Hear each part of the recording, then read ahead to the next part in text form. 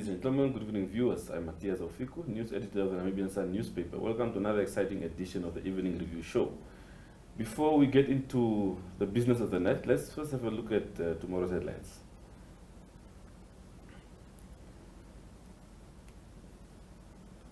Well, first up, there are several calls emerging to dissolve the new National Youth Service Board. There are feelings that the age representation on the board doesn't really bode well with the youth representation.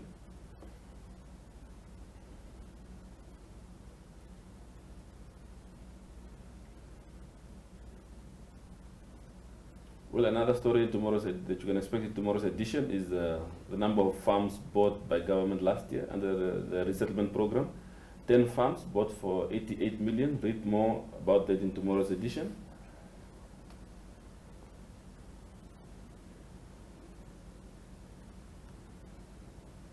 Also, the LGBTQ community are busy planning to appeal the recent High Court ruling regarding the same-sex couples. So you could also expect some movements in the Supreme Court moving forward.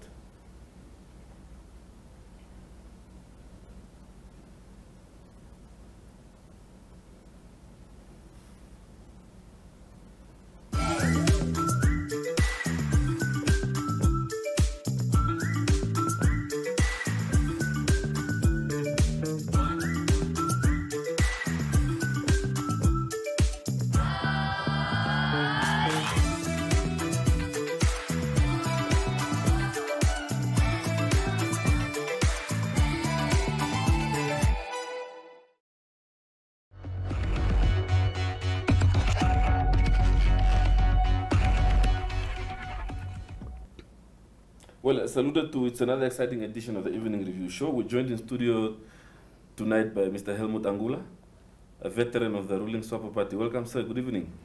Thank you very much. Yeah, it's indeed a pleasure to have you here.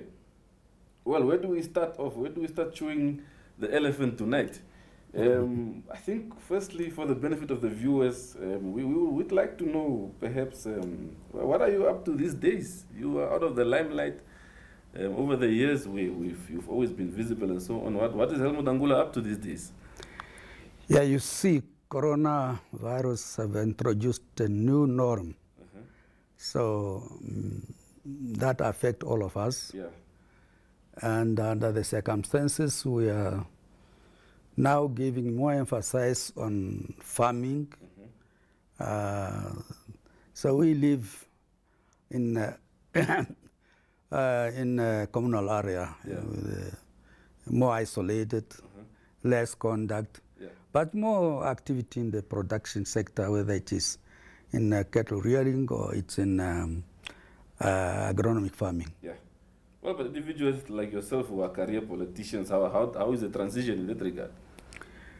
Yeah, one might have lost a bit more initially. But at this moment in time, as I say, we've been hit very hard by the corona. So we lost a lot of friends, a lot of family members.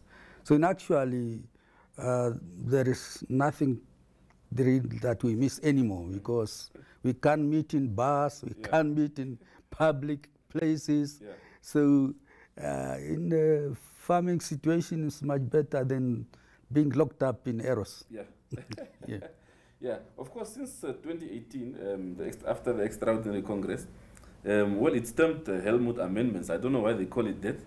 It's seemingly referring to the amendments of the 2018 Extraordinary Congress that the party held, where certain new rules and regulations were adopted as to what rules one needs to meet to qualify to run for a certain position in the party.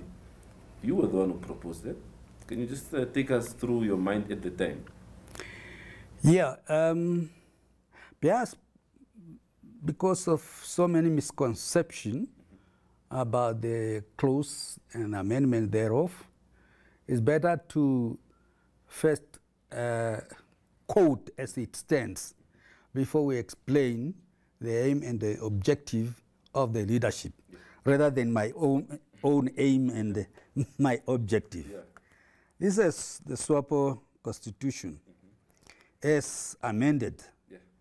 at the last extraordinary Congress. And it was adopted already in 1991, the first Congress at independent Namibia. Later amended again in 98. Later again amended at the next Congress. So it's a normal culture of Swapo, or rather structure of Swapo, that before any new Congress, the Central Committee calls for members and structures to submit any amendment they think that it might be out of date with the reality of the situation. Now, I will explain later how it became notoriously known as Helmut Angula Amendment. And the only amendment in the Swapo Constitution which is attributed to an individual. So that's the only unique amendment in this. This chapter 4, article 15, sub-article 8, it's about president. Yeah, and then they follow all the structures because the conditions is almost similar. They may differ just in number. So this clause, let me quote it as it is. No party member shall be eligible for election as president of the Swapo Party unless he or she is a Namibian citizen by birth or by descent, has persistently and consistently been a member of the Central Committee for a minimum period of 10 years. A minimum period of 10 years. Has been a member of the party for a continuous minimum period of 20 years. Shall be provided that for the purpose of this sub-article, 20 years, and that's the key, and where the youth should never be concerned about this. That for purpose of this sub-article, 20 years shall be counted from the time such a member qualified to be a member of the pioneer movement. Is nominated by the, of the pioneer movement, is nominated by the political bureau of the Central Committee and has not been a member of any other political party after the formation of Swapo. That's all the new constitution. As you remember, there were a lot of things about people belonging to different parties and that. And that is the one that invited this clause, that people will jump from one political party overnight and one now already to assume leadership in the party. But so, it means if this 20 years is counted from being a pioneer, pioneers start from 6 years, between 6 years and 17 years. Youth, Swapo youth start from 18 years to 45 years. So it means these years of 20 and 15 is not counting solely in the Central Committee of the mother body. It's counted inclusive of, you must have been in the structure of the Youth League, of the pioneer movement, you have been in the structure of the Swapo Youth League, or of the wings, or in the main body, the Central Committee of the party. So for genuine members of the party, absolutely have nothing to fear, because this is a large extension of your time in Swapo. Yes, that's where we are. But when it reads consistently and persistently, and what does it actually refer to? Is it an uninterrupted 10 years in the CC, or what actually does it mean? No, it's not uninterrupted. Because someone could argue that after 5 years, CC members, their term lapses and then they're up for re-election. No, it's not uninterrupted. It's persistently, consistently. If you have been a member of the Central Committee, let's say, just for example, 1991, you have been elected to the Central Committee. And persistently, consistently, for the next term, you are a member of Central Committee. And for the next term, you are a member of Central Committee. And for one reason or another, you go out. You can still come back. Yeah. They are counting persistently for that period that you must have served 2 terms of the Central Committee. Then you qualify. If there is interruption, so it be. But if you become a candidate for one reason or another, because structures you can belong after not being retained after the second term. You can still belong to structure of the party. You can still be nominated by the Central Committee, by the political bureau, to attend the Congress as a full delegate. And if you are a full delegate, you are eligible for election. So, okay, you may have been interrupted, but at a certain period of time, you have consistently, persistently served 10 years. Yes. Okay. The question of interruption doesn't come in. Okay. I know when we spoke on Friday, you spoke about why these amendments were needed. One of the reasons you put forth was that it's to avoid political opportunists who just wants to come into the party for power. Correct. Reasons. Correct. Well, why was it so fertile for these amendments to come at that specific point in time and not some time back? Or were you referring to certain individuals that you've identified? We are growing. As I say, for every Congress, there has been a proposed amendment. So anyone identify at that present moment a problem, he or she can propose an amendment. So let me now turn why, unfortunately, this becomes so-called Helmut Angula amendment. Before Congress, Central Committee invite, 3 months before the Central Committee, invite the structure of the party to propose amendment. The Secretariat is charged by the Political Bureau to assemble those amendments. The Secretariat appoint the committee to look into the amendment. The Political Bureau endorsed that committee. That's how I became a chairman of that amendment committee. And there were many, it's not one, there were many of them. So this now become a working committee. The working committee will submit their work to the Secretariat. The Secretariat will submit their work to the Central Committee. The Secretariat approve, the Central Committee approve, the Political Bureau approve. So only then is submitted to the Congress. And this must be also 3 months before the Congress. Anyone who's not happy can protest. So therefore, it is no longer an individual. It's a collective decision. How it became Helmut? Somebody thought of eliminating Helmut from the candidature. And now people who are meeting maybe the amendment for the first time, he just took out in the Congress. After, okay, there's this amendment, and there's Helmut Angula amendment. So that's how it became famous. That's how everybody think, oh, he's excluding us. But everybody else have approved it. We have minutes of the working committee. We have minutes of the Central Committee. We have minutes of the Political Bureau. Nobody said they were objecting. But okay, nevertheless, the reason was the party had some dispute among its members. Members wanted to belong to certain associations, which associations were actually anti-Swapo. Breaking the wall or whatever, and associations of what.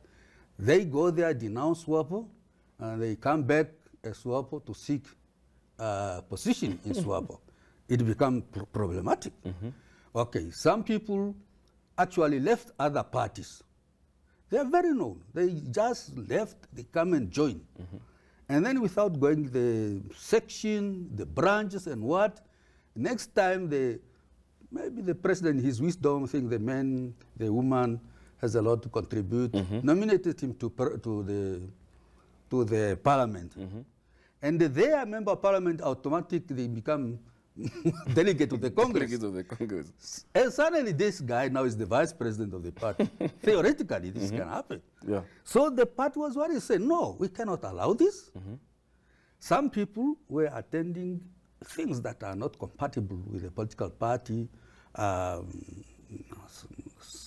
things like those church smart, how do you call it?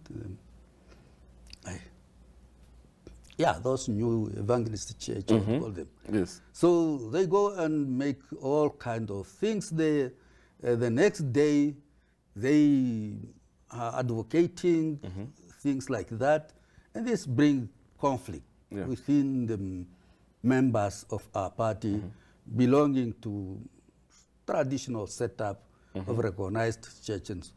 So this formation has to be prevented from capturing the leadership.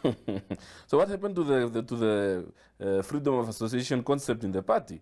Yes, or to what extent is that permissible? No, you are joining by free will, but you must accept the principles of the party.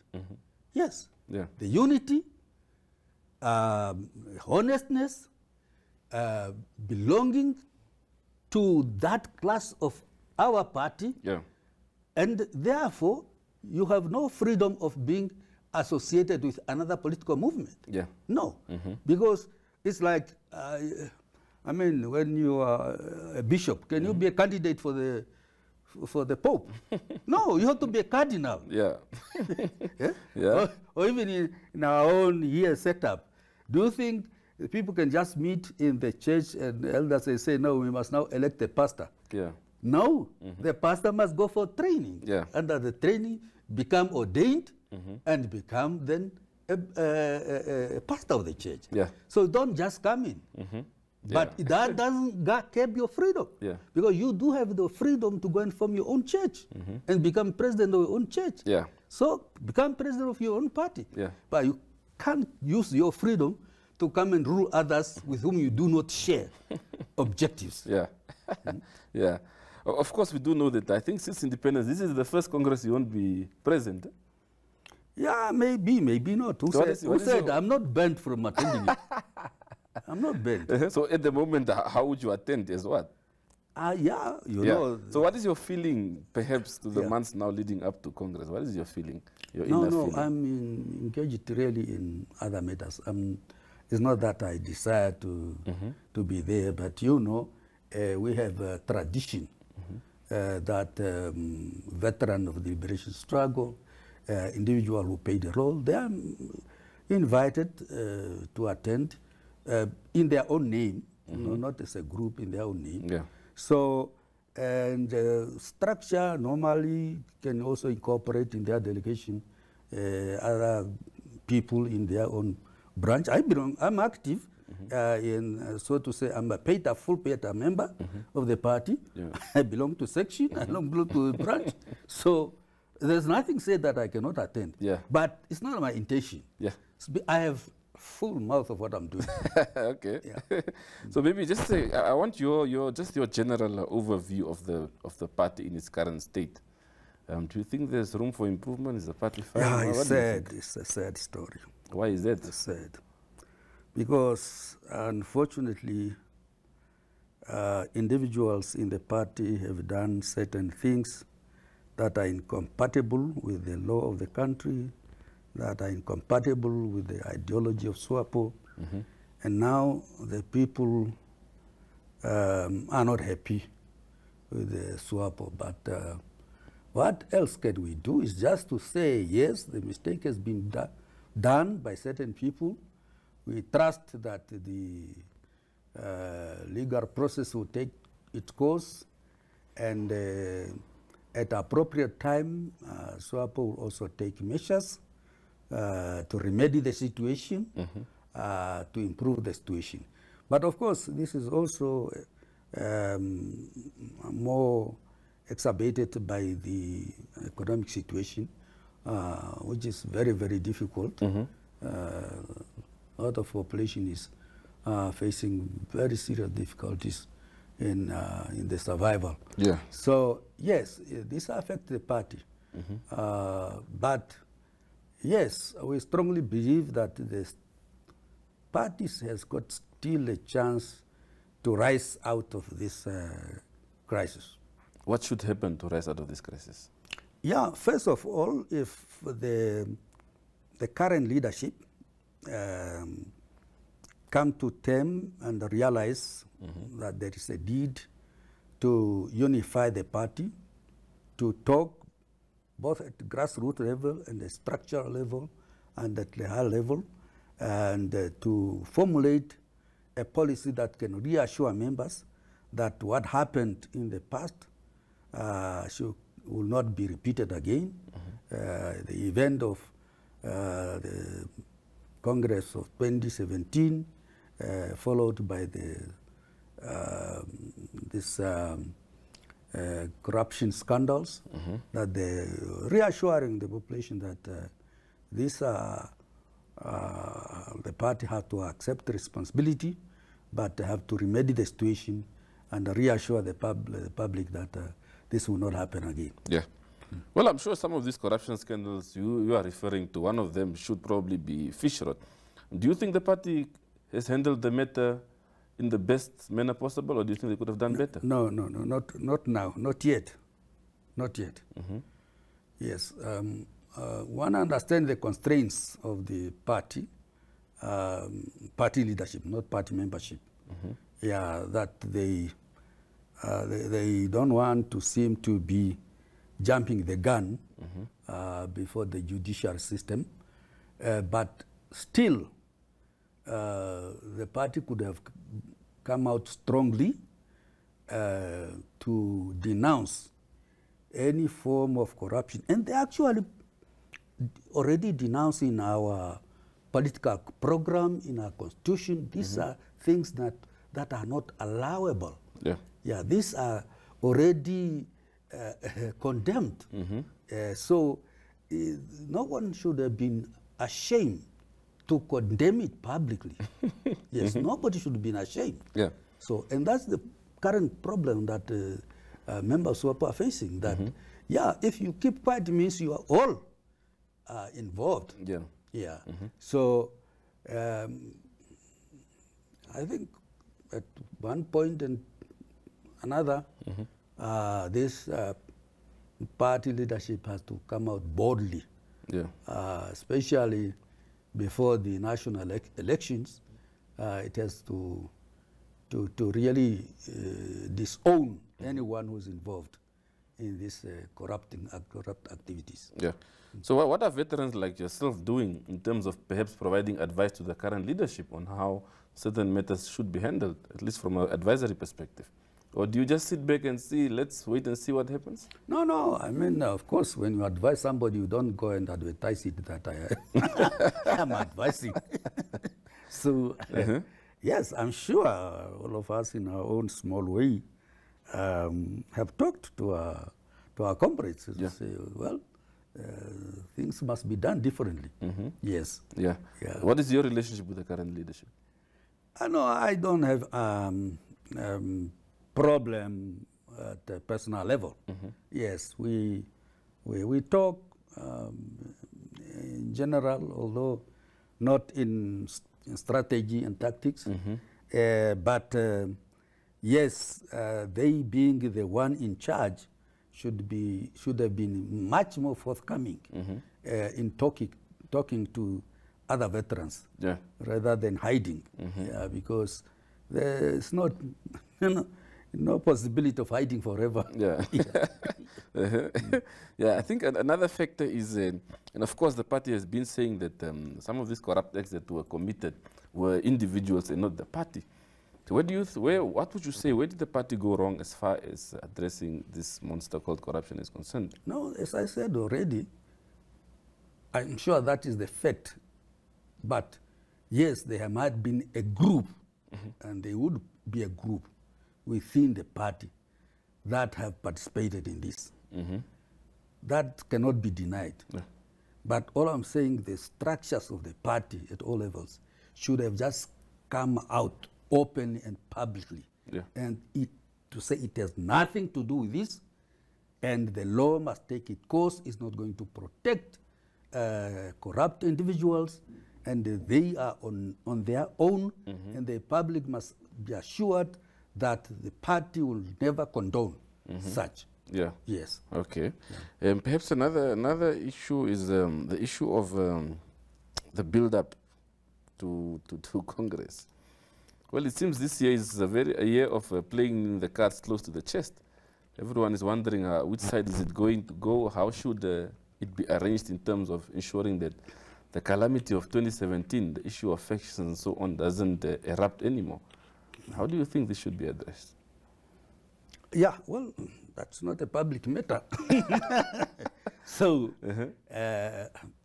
wherever in our small way, we do want to communicate. We communicate how we must go forth in order to address the situation. Yes. Whether the party leaders at the present moment are ready or shall be ready sooner, that's a different question. Yeah. Okay. Also, what would you say? What are the qualities that the next group of leaders of Swapo should have? Yeah, it's a $1 million question. That's a really difficult. Let's keep it to the president of the one who's going to succeed the current leader. Looking at the trend where the country is moving to, what would you say from a party level leadership? It's challenging because you know the rules are there. The election, how they must be organized and be structured. And that was made purposely in order to assure that there is continuity. Continuity means that you don't allow a situation whereby the entire top leadership is wiped out and there is a vacuum. You bring in new people which you cannot predict which road they will take. Now, at the present moment, of course, there are those potential candidates. And the potential candidates are the top four. Well, of course, the top four all. Yeah, well, of course, there is also this misconception out of there. Some followers, members, they think that once you are elected in one Congress, you can still continue unelected in the next Congress. So this, I think, a lot of our members are ignorant. They don't know that come that 0 hour of election, everyone step down. Be the president, the vice president, the secretary general, deputy secretary general, vice president, all of them will step down at 0 hour. So there will be a vacuum.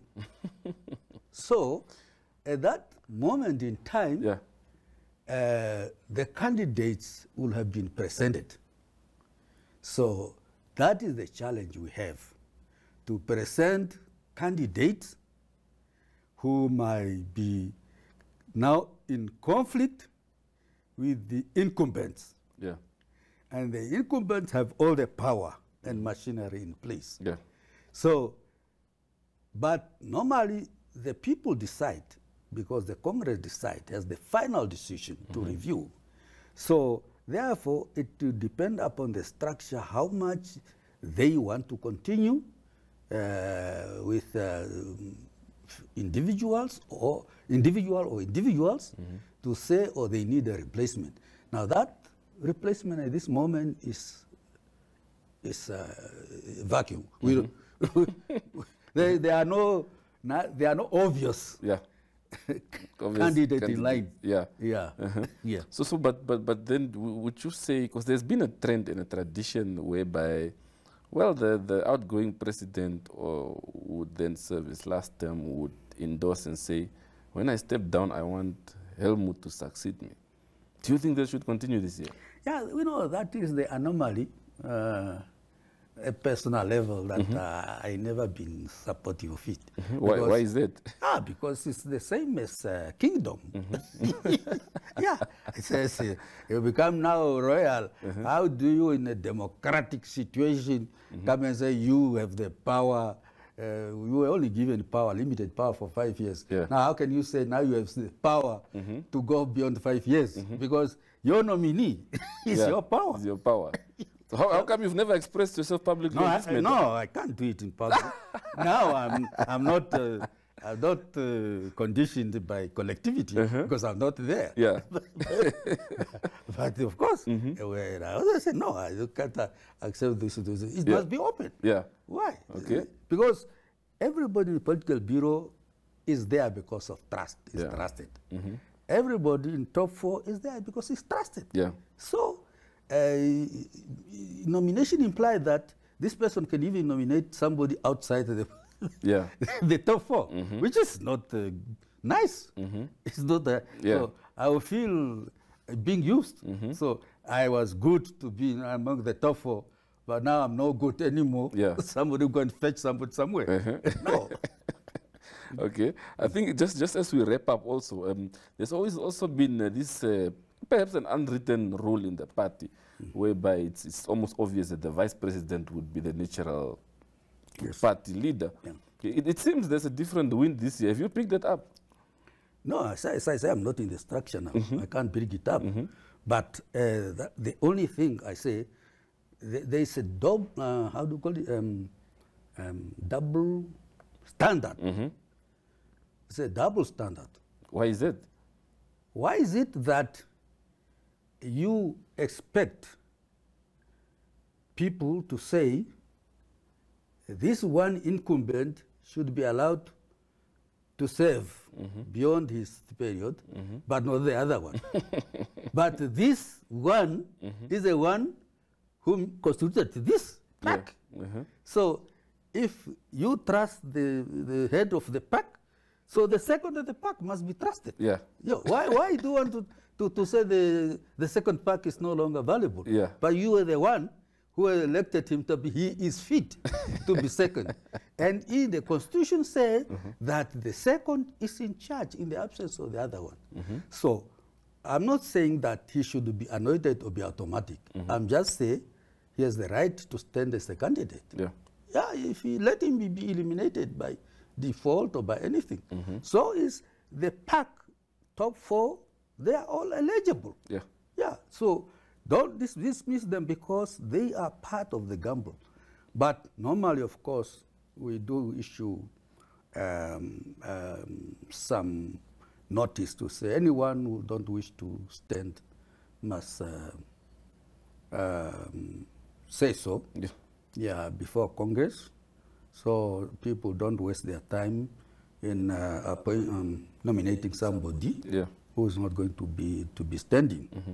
In that case, then the other aspirants are available, but also it's allowed for structures to come up with their candidate to challenge the situation. Yeah. But I don't believe it's correct to write off people who are already in the pack. Yes. But we should have the right also to bring in people who qualify to join the pack. Okay. So maybe just lastly, who's your ideal candidate? Who would you, if you had all the power in the world? Myself. I thought you are retired and into farming. No, I'm joking. Yeah. I say it's not easy. Yeah. It's not easy to talk names. Yeah. Okay. Yeah. Well, Mr. Angula, thank you very much for your time today. Thank you. We really appreciate you coming through. Thank you and have a pleasant evening. Thank you. Thanks.